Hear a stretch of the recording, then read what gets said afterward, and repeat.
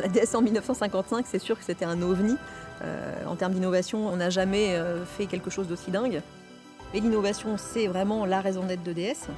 C'est ce sur quoi on travaille. Le but du jeu, c'est aussi de donner à ce conducteur cette espèce de magie, de sensation d'avoir quelque chose d'unique. Tout ce qui est matériaux naturels et le savoir-faire de l'expression des matériaux naturels, mais empreinte technologie, ça, c'est absolument essentiel.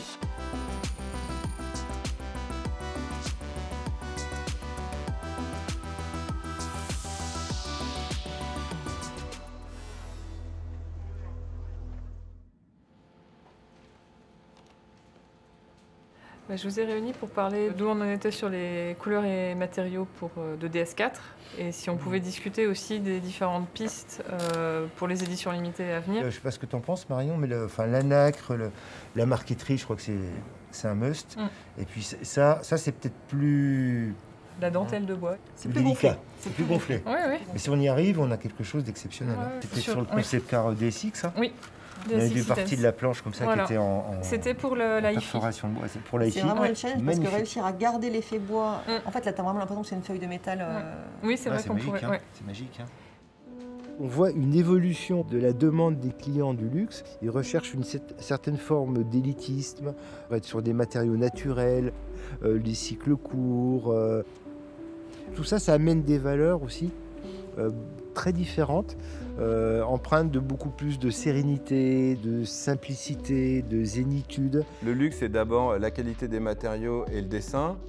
Mais aujourd'hui, est-ce qu'on peut faire abstraction de la technologie dans une voiture? Je pense pas, les gens le veulent. Il faut évidemment avoir cette démonstration technologique, cette interface homme-machine qui doit être complètement intuitif. On l'a exprimé puissance 10 sur notre dernier concept car, Aerosport Lounge, avec un intérieur justement qu'on a voulu extrêmement serein. On a même été très loin parce qu'on a fait disparaître complètement les écrans. Et en fait, il n'y a plus de boutons et les boutons apparaissent sous le doigt au moment où on doit s'en servir.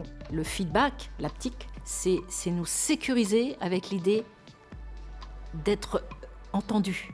Comment faire qu'une machine, une voiture, nous renvoie des comportements qui correspondent à nos façons d'interagir entre êtres humains. Pour l'instant, c'est magnifique dans un concept car. On n'est pas encore au point pour le mettre en série, de telle sorte qu'on puisse s'en servir aujourd'hui comme un désignateur ou un écran de commande.